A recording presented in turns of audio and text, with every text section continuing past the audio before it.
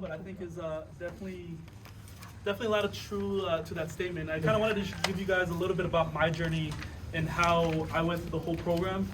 Just because I came with a certain type of mentality, just like Richard mentioned, and I had a lot of growing to do, right? So just like Richard mentioned, I started off when we were doing all the events inside of Sam's Club, Walmart, and I was one of those guys that would gather people around. So I remember coming in, I was freshly kind of graduated out of the University of Texas here in Arlington, and I got a degree in kinesiology, which means I wanted to be a physical therapist. But again, school is very, very expensive, and you have to go to a lot of years of school. So I did get a minor in psychology because I know the world revolves around people, and the better you can understand people, kind of that mentality is, the better off you'll be. So I remember coming into this, it was actually the other building, but we were in Richard's office, and I remember telling him, hey, I'm going to be one of your fastest ever promotions, and I'm going to get to management right away. And little does he know, it was actually probably his slowest promotion. But I wouldn't really change it, right? Because based off of the skill set that I was able to learn, I've always, after I changed my mentality, it's not about how fast you are once you get there. It's about how strong you are once you get there. And really, that's when I really made that mental switch.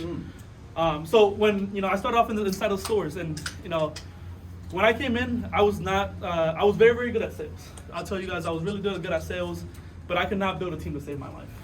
I remember I went the first, Richard, correct me if I'm wrong, but it was about 6-7 months without really being able to hire anybody, right?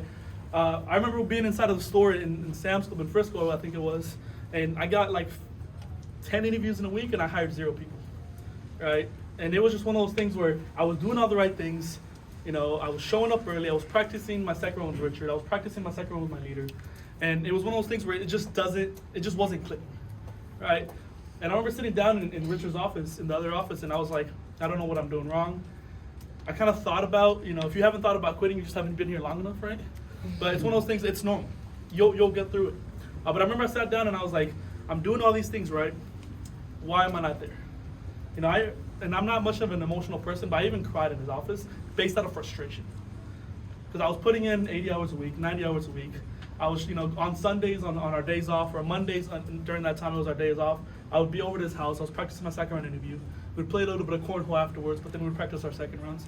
And I was just doing all these things, and I just wasn't getting the success where I wanted to be. So the first 6-7 months, I hired nobody. Okay? So then I remember just, one of the biggest things is I was always really big at networking, but I was only good at networking within the office. Right? I was only good at networking within the office. And so that wasn't really that helpful, that successful. So I remember networking out with Abby Cadell. She actually runs now the mobility office in, correct me if I'm wrong, which is in Cincinnati. I remember, she taught me her second round. I think Abby Cadell in Cincinnati. And all of a sudden, it clicked, right? I started building a little bit of a team. I started growing, 3, 4, 5 guys. So you say we can network with people outside the office? You can definitely do that. I recommend it, right? It's like the law of the lid, right? Your office is only going to be so good. Even if you're the number 1 office, it does not matter. You can only learn so much. If you go get other people's perspectives and the way they look at it, it'll help you grow a lot. So I remember networking out with Abby Cadell. She gave me the way she did second rounds, and boom, all of a sudden, within the next 2 months, I started growing. I think I got, like 5 or 6 new guys. I still wasn't able to promote leaders because at this point I was new to actually talking to people. So I had about 6, 7 new guys, and then boom, the pandemic hit. And so every single person, essentially in the whole office, had quit, had left me. And so during that time, I think a big reason that I stuck around was actually, just like there's a conference tomorrow, I remember my first 2 months of business, I was able to go to the R&R down in Cancun, Mexico, which is all expenses paid trip to Cancun. I got to network out with a lot of great owners. I got to see Richard win Rookie Owner of the Year, so that was it. So give it up for Richard, give it up for Richard. Yeah! I got to see Chang win Manager of the Year. And so there was a lot of great things happening. And so I kind of just pieced 2 and 2 together. I was like, okay, so I'm in Richard's office. He won Rookie of the Year. Chang promoted Richard, and she won Manager of the Year. I think I'm in a good place where I can have a lot of success. And so it kind of just made me stick. But when the pandemic hit, there was no jobs. We were kicked out of Walmart, Sam's Club, and everything was kind of going to shit, right? I remember me and Richard we were outside of Sam's Club selling car keys for like 3 or 4 months. No growth, no recruiting, no nothing, right? It was just, honestly, we just had fun, right? It was just those times where we got to know each other, little mentality building, and kind of just hanging out. But, during those times where I did want to leave, there was always those times where I would walk myself through the process of, okay, so if I do leave, what happens? I go back to school, or I gotta go back to find a job, and it's like that process I don't want to take myself. I know the freedom that I can have here. I saw it happening live in front of me. Richard was able to pay for his sister's college, and able to fly his parents out and do all these things. And no offense to Richard, but I don't think he was anything special. I just know he worked his ass off, and I know that if he can work his ass off, I can work my ass off. I come from a kind of sports mentality, sports background, where if you're gonna think you're gonna work harder than me, you're gonna have to sweat your ass off. Right? One of my favorite quotes to say is from Muhammad Ali. If you ever think you're gonna win, if you ever think you're gonna beat me, you better wake up and apologize. Right? If you ever think you're gonna beat me, you better wake up and apologize. And that's just kind of the motto I live by. There's no one that's gonna work harder than me, because that's something you just can't teach. Right? You can teach the skill sets, but work ethic is something you can't teach. So 3 months we did nothing but car keys, and then after a while, we came back from a trip, and then that's when Ready Refresh messaged us. And they're like, hey, do you guys want to set up the door-to-door? At that time, keep in mind, the pandemic started to kind of dwindle out. I started to build a team on car keys. At this point, I had promoted my first leader ever in car keys. It was like 10 or 11 months into the business. I promoted my first ever leader. And then I had like 2 or 3 coming on the way. So I had a team of 5, 6 people again. And so then I remember one of my kind of changing moments in this business is actually Richard flew me out to an office down in Atlanta who was doing car keys as well. And so, keep in mind, Richard and I were doing about $2,000 to $3,000 worth of revenue on a day-to-day basis, which, and if you translate it to water, it'd be maybe 5, 6 sales a day, right? We were doing that every single day. So I went over to Atlanta, and, I went to go train them. My first day, it was me and 5 other people. We did $60 worth of sales. $60 worth of sales. We got sold 1 car key versus what we sold here in Dallas was 20, 25 car keys. And I remember hopping on a phone call with Richard and Julie, and I was like, I'm not as good as I thought I was. Where's my mentality? My immediate, how there's the fight or flight response? My immediate was to fly. I was like, okay, we need to change stores, we need to do this, we need to do this. And it's like, Julie really sat me down, it's like, okay, look, Aaron, you're right, there is gonna be 2 ways to go at it. Either you're gonna face your fears, or you're gonna face the challenges head on, and you're gonna get through them, or you're gonna take the easy way out, and just go change the store, change the event, change the location. But if you do it one time, you do it over and over again. If you take the easy way now, you're gonna always do it. It's like hard now for easy later, easy now for hard later. And so I remember being in that store. The first week we only did $60. The first day we only did $60. By the time I was done, and I decided, okay, let me take it on. I can only control what I can control. Right? A lot of times we try to control external factors. You can only control yourself and the situation at hand. So I remember the week we ended up finishing with like $1,500 in a day. So it was a big change, but it proved to myself that whatever I set my mind to, whatever I work towards, I'm gonna be able to achieve it. Keep in mind, I had to work 2 or 3 times as hard to achieve $1,500 than we did here in Dallas. But it's kind of made my mentality change that no matter where you are or what you're doing, you're gonna be able to make it happen. And then I came back, and at the time Nestle was growing. It was Richard, So keep in mind, 4 months, no growth. And I kind of weighed my pros and cons. Do I want to stay on this car keys, or do I want to start over, lose all my team, and go door to door for water? And so I weighed out my pros, my cons, and I decided to leave my team on car keys, and I switched back over to water. And at the time, it was me, Richard, and one other person. And we come from the retail division, where there's the recruiting and the training and development people is completely different. And so the first 2.5 months of water, again, another 2.5 months of zero growth. Right? Richard was doing 80 interviews a week, or 100 interviews, 200 interviews a week, and he'd have like 2 people show up for second round. I'm serious. It was like one time he texted me, he's like, all right, we're gonna have 8 interviews tomorrow. And I was like, all right, cool. 0 people showed up, right? And I was like, okay, I'm learning. So I got to see him go through the mistakes, go through the challenges with a positive attitude the whole time, right? And so always being a good example, I was like, okay, at the end of the day, I've been through it once. I grew a team, lost a team, and I did it. And so during that time, it was like another, we were figuring out the door-to-door, how that all worked. We actually went over to Mike West's office to go learn the door-to-door aspect of it. At first we started doing 3 to 7, and then we switched the schedule from like 10 to 9 o'clock, and it was a little bit of everything, right? And so it was 2.5 months of like zero growth. And so we were just going door-to-door for a long time, making very little. At that time, we were getting paid only $50 a sale, and so it wasn't much. But I knew that, hey, in my mind, I want to be in charge of my own future, in my own growth, in my own responsibility to my family, and I know what my goals and dreams and ambitions are. And personally, I'm not smart enough to go be a doctor, be a lawyer, or anywhere else. So I knew that here, as long as I work my ass off, it's only a matter of time. It's not if I'm gonna get promoted, it's when I'm gonna get promoted. And so eventually we started picking up the recruiting. And I think within a period of 2 months, our office grew from maybe 1-2 people to 30-40 people. And I was able to train and develop a lot of leaders, 9-10 different individuals. And the reason I'm telling you this story is because everything that happened as an entry level, as a leader, as a rep, happened to me as an owner as well. It's just now I came with more confidence that I've done it in the past. And so, originally when you're a leader, a lot of us have the victim mentality of why me? Or why is this happening to me? Right? Versus what am I supposed to learn from this situation so I can get better and be stronger? Right? So eventually I did get promoted out to California. It was January, I think 19th was my first day of sales. I actually started off the first 2 months, I started off really hot. I started off growing. I grew, me and 4 people went out there. I grew my team to about 25 people within like a month and a half, 2 months. And then I promoted Steven out to Chicago. So within 2 months, I promoted Steven out to Chicago. So I started off really hot. But I wasn't doing all the right things. I was just kind of running a sales office. I wasn't developing people. I wasn't doing the little things. I was just going out there and just doing sales. Just car rides and sales, right? That's it. There was no development. There was no one-on-ones. And so I actually went up to open up Steven in Chicago. Keep in mind, we had an office of 25 people. When I came back to the office, it was just me and 2 guys. Every single person in the office had quit. And again, it was one of those things where, what are you gonna do? Are you gonna blame yourself or are you gonna blame other things? The easy way would have been to, hey, so-and-so didn't watch my office, right? Or hey, so-and-so, didn't, had a conversation or, made everybody quit. And that would have been the easy way to take, and I would have been like, okay. But instead I decided, okay, how can I blame myself? And how can I make the situation better? I always say to my guys, if you're the problem, you're the solution. If you're not the problem, you're not the solution, you won't be able to fix it. Kind of like he talked about houses, apartments, mobile homes, whatever it is. Where you are is what you're gonna make happen. If you think it's gonna be a good day, it's gonna be a good day. If you think it's gonna be a bad day, then it's gonna be a bad day. So I came back to the office and it was just me and 2 guys. And I remember literally walking into the office and I'm like, my other manager and the one who was about to get promoted, I told them, hey, where's everybody at?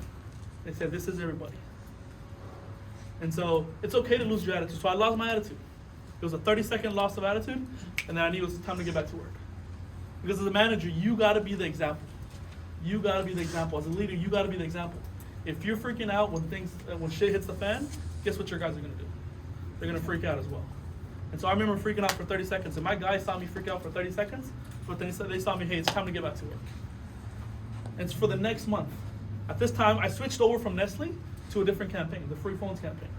And so I was learning a whole new campaign. I had just lost everybody. And at this point, it's very easy, when times are tough, it's very easy to call it quits. One of my favorite quotes by Julia Davis, don't ever quit on a bad day, quit on a great day. If you quit on a bad day, you're making an emotional decision. Quit on that day you hire 5 people. Quit on that day you make $900 in a day. Quit on that day where everything is going well. So at that time, everything was going bad. I only had 2 people in the office and wasn't making a whole lot of money, right? But I told my guys, a lot of you guys has read the Speed of Unity. During that time, I hadn't read that book, but I told my guys, hey, we're gonna get 50 people in here. We're gonna get 50 people in here. And so I just spoke my vision constantly, until where they started buying into me. They started buying into me. And so over the course of the next 3 months, built my office up to 25, 30 people. And it was a constant, it was a struggle. It goes up and down. But everything that happened in entry level happened in ownership again, in management. But I knew that because I had gone through it, it's not gonna be that big of a deal. I'm gonna go through it. It's not a matter of if, it's a matter of when I get back to the top. And I told Richard, like he always says, hey, when I get to number 1, I'm never gonna leave it. And I told myself, and I told my office, I told my guys, hey, once we get to number 1, I'm not gonna leave it. I refuse to ever go down from number 1. We battle up at the top all the time. But we built that office right now. We have about 44 people in the office. I was able to promote a second person, Mr. Caleb, and I got another assistant manager here in the next 2 weeks. And like Richard said, I've been able to do a lot of things. I've been able to put my mom on payroll. I've been able to buy a Tesla. I've been able to do all these other little things. But it's because of the little small habits that everyone would learn at an entry level. They repeat themselves as a manager. They repeat themselves as a promoting owner. And it's like, the biggest thing I can tell you guys is simplify the process, simplify the business. Because the business is very, very simple. You teach sales, you learn sales, you teach sales. right? Everything else is all in your own head, right? The field is not that hard. We make it hard for ourselves. People saying no, so what? You're never gonna see these people again, right? Simplify the process, and if you're gonna focus on two things, it's recruiting and training, right? Yeah, you can be the best salesperson who does 40, 50 sales or Nestle sales in a week, but if you can't train anybody to do that, then it doesn't matter. Focus on recruiting, training, and developing people, and then simplify the process, right? Simplify it. If you're bad at sales, talk to someone who's good at sales. If you're bad at recruiting, talk to someone who's good at recruiting. Whatever you're bad at, find someone who is good at it, and just go from there.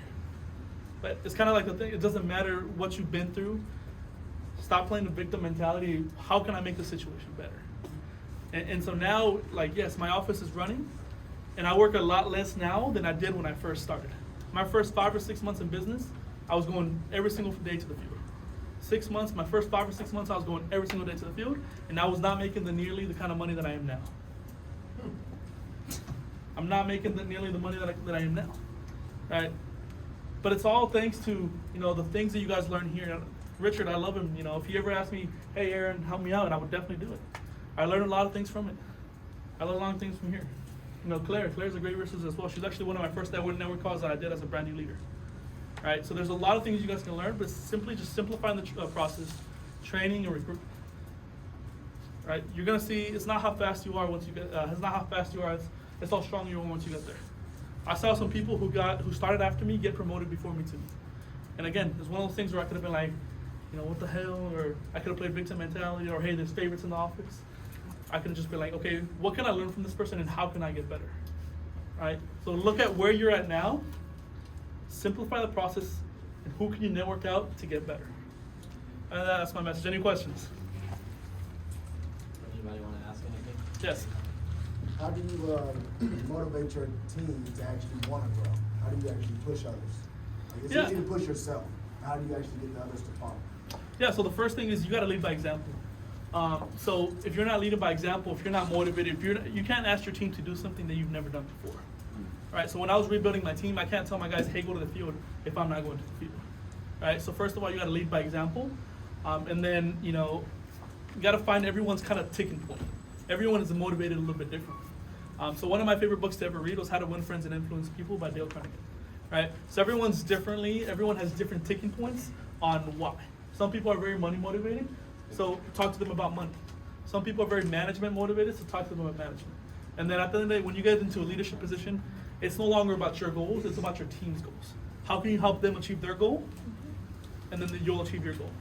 Nobody cares how much you know until they know how much you care. I know you just recommended a book, but you got another book that you could recommend? Another book, Be Obsessed or Be Average is one of my favorite books as well, by Grant Cardone.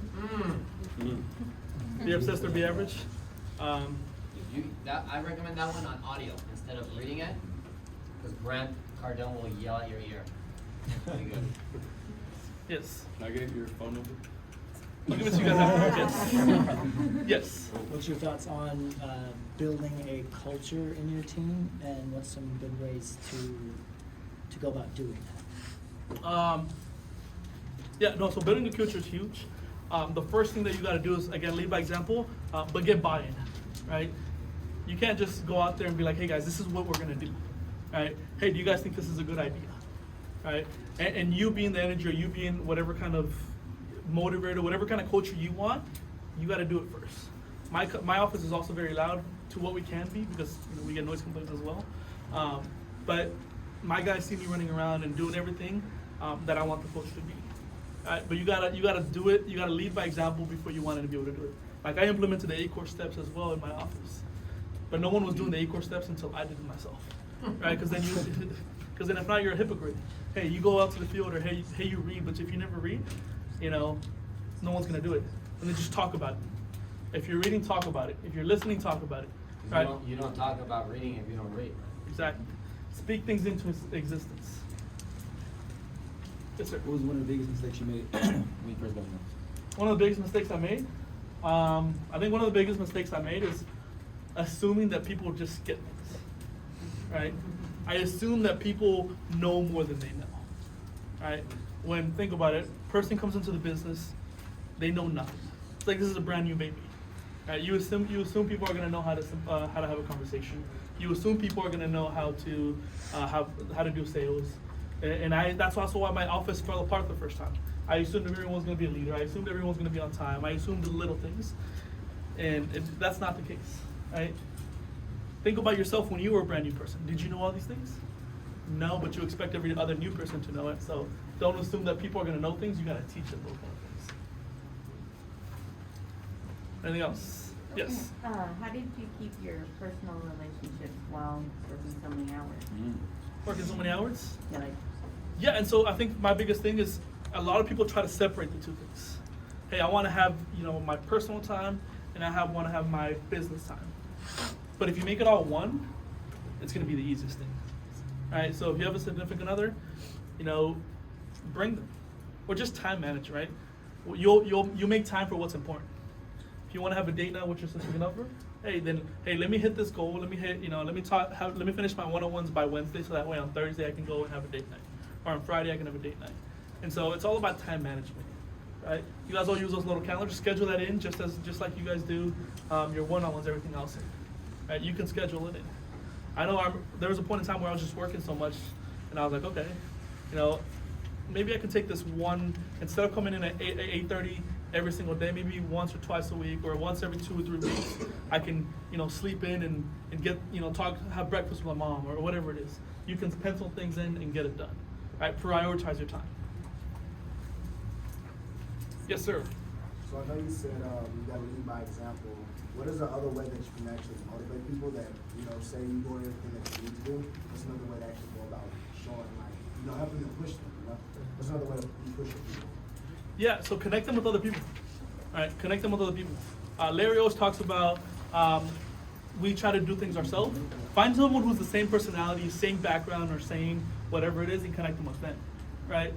Again, it's like the law of the lid. You can only be as strong as yourself, but if you connect them with other people, other books, or whatever it is, that they'll be better. I encourage my office to talk to anybody but myself. Right? When we're in the office, talk to me, cool. Other than that, if you want to network out, call the other officers that are doing well. Call anybody else. Right? There's only so much I can do. They got to motivate themselves through other people as well. Talk about people who are successful. Yes. You said you yourself struggled to network outside of the office. What made you flip the switch to start doing? What made me flip the switch? The first time I did network outside of the office, I saw something change, and I was like, "Oh, this is crazy." Right? When you can get good results from networking outside of this office, I was like, okay, maybe I should start networking out more. Right? Because at the end of the day, there's only so much you're gonna know within this office. You can be the #1 office, you can be super great, but there's only so much you can learn from here. There's a lot more successful people. There's a lot more different ways to go about it. This is not a cookie cutter business where you have to do things one way. When I got promoted and I was in my own office, I was like, hey, Richard, I love the year structure, but also this is the way I want to do things, because this is what's going to make me the best. This is what's going to make me comfortable. This is what makes me happy to come into the office every single day. And so, finding that other ways, other people who are successful, and networking out with them, try it to see if it works for yourself. If it works, do it. Right? And then just get a list from your upline of who's the best at whatever you're struggling at. Go ahead. She been having her hand. She go. Hi. Some little habits that helped you get to the top. Little habits that help me get to the top. Yeah. So first of all, I read the book Atomic Habits. If you guys haven't read the book Atomic Habits, that's a really good book. But little habits that really helped me get to the top. I created a routine in the morning. Right. I created a routine in the morning. Because when I created a routine, has anyone ever heard of decision fatigue? Right? Why do you guys think like Jeff Bezos, Mark Zuckerberg, they wear the same clothes every single day? Because they don't have to think about things, right? So I created a routine where every single day I just get that out of the way, right? So I'm just kind of going through the motions of that, right? So that way I can grow and I can do what I have to do. Focus my energy on what's important to me. So I created a routine in the morning, and then just networking out. Once I started networking out, I saw the magic of it. And you guys can probably ask Richard, but I still network out. I call him 5-6 times a week. I'm like, hey, I don't know how to have this conversation. Can you teach me? Hey, I don't know how to talk to this person. Can you teach me? Right? Once I started figuring out, because when you try to do things by yourself, you get twice as frustrated, and it takes you twice as long. It's when that clicked for myself, I networked out at least 4 or 5 times a day. You know, there's a lot of great resources in this business. You know, in California, I network out with Matt Kelly a lot, you know, Austin Elwich, JR, a lot of people. You know, and also I network out with people in other divisions, right? There's not only water, there's also other people, right? I no longer do water, so it doesn't matter. Once you're going through the process, I would say focus on the skill set you're supposed to learn, not the actual client, right? Because if everything gets taken away, if Nestle goes away tomorrow, and you guys are only focused on Nestle, then you're not going to be able to grow. But if you're focused on the business is simple, do sales, teach and train others, you'll be successful. Yes, sir. So as an owner, what are some things you wish you could have done more in the training? Messed up more, right? Messed up more. Failed. Yeah, and taking risk, or, you know, not being afraid to do things wrong, right? Because a lot of times, you know, we have our egos in the way. Hey, I don't want to look bad in front of, you know, other leaders. Hey, I don't want to look bad in front of Richard because he's gonna, you know, whatever, right? But understand that you're supposed to make mistakes. You know, you're supposed to mess up conversations. You're supposed to mess up third rounds. You're supposed to mess up all these things, and that's your only way to learn here is by messing it up and getting better.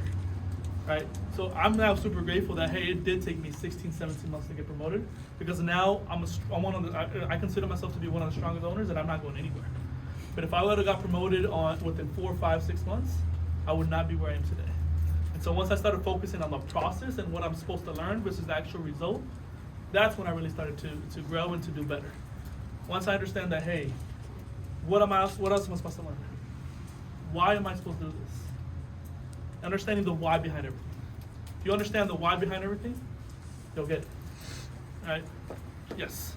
So between motivation and discipline, what's your strongest? Because I know sometimes motivation doesn't go to, that's where discipline steps in. Because you going through the program, it took you so long. The negativity, how did you shut everything out and just keep going? How did I shut everything out? Barely. I think for me is, Really? Like, I remember saying that, and I was like, how do you shut everything down? I didn't. It was just hard. yeah, That was me. I just You ignored it? I just ignored it. I just thought, this is something that I want to do. Okay. This is something that I want to do. It's not hard. People make it hard, right? It's just a process. Yeah, I mean, there's no. I just showed up every single day and never decided to quit. My own thing. I just showed up every day, whether I wanted to or not. I think the whole time I was ever in the business, I was maybe late once, or called off maybe once or twice. Correct me if I'm wrong. I only ever called off like once maybe. Really? I don't remember. Yeah. Yeah. I just showed up every single day. Grant Cardone talks about the first step to be successful is just showing up. Showing up. Right? It's like the gym. You can't work out and lose weight if you don't show up to the gym. First step is showing up. Yes. Do you have any like philosophies you like live by? The Muhammad Ali was one. Yeah. Right? But my philosophy is, no, not really, but I just kind of think that I'm just gonna work harder. Right? I'm just gonna work harder than anyone else. That's it. Right? This is not, you don't have to be the smartest person in the room. You don't have to have a college 4-year degree. It helps if you do, but you don't have to. Right? You guys see people who are 18, 19 running their own businesses. But at the end of the day, it starts with work ethic, student mentality, and attitude. You can't teach attitude. You can't teach work ethic and student mentality. If you have those things, you'll be able to do it. And it doesn't matter if they've been here longer than you or less. You can learn from your upline and your downline. If there's a brand new person that comes into my office and they have a thought, I'm writing it down. How can I always improve my office? How can I always get better? All right? Yes. What did you focus on your last strong team that you had? What did you focus on to build that team so good? Yeah, me making them think for themselves, right? Making people think for themselves. Because when I first started, I was giving everybody the answers that I wanted them to have. I was giving everybody the answers because that's the easy way to take, versus taking an extra 2 or 3 minutes and then making them think for themselves and guiding them to the answer, guiding them from where the answer where you want to be. Because when you make them think for themselves, you see where their mentality is or what they're thinking, and then you can get them to think just like yourself. Right? So when you make people think like yourself, that's when you get an office that self-runs itself. Right? But if you're always giving people the answer, then they're always going to be super reliant on you.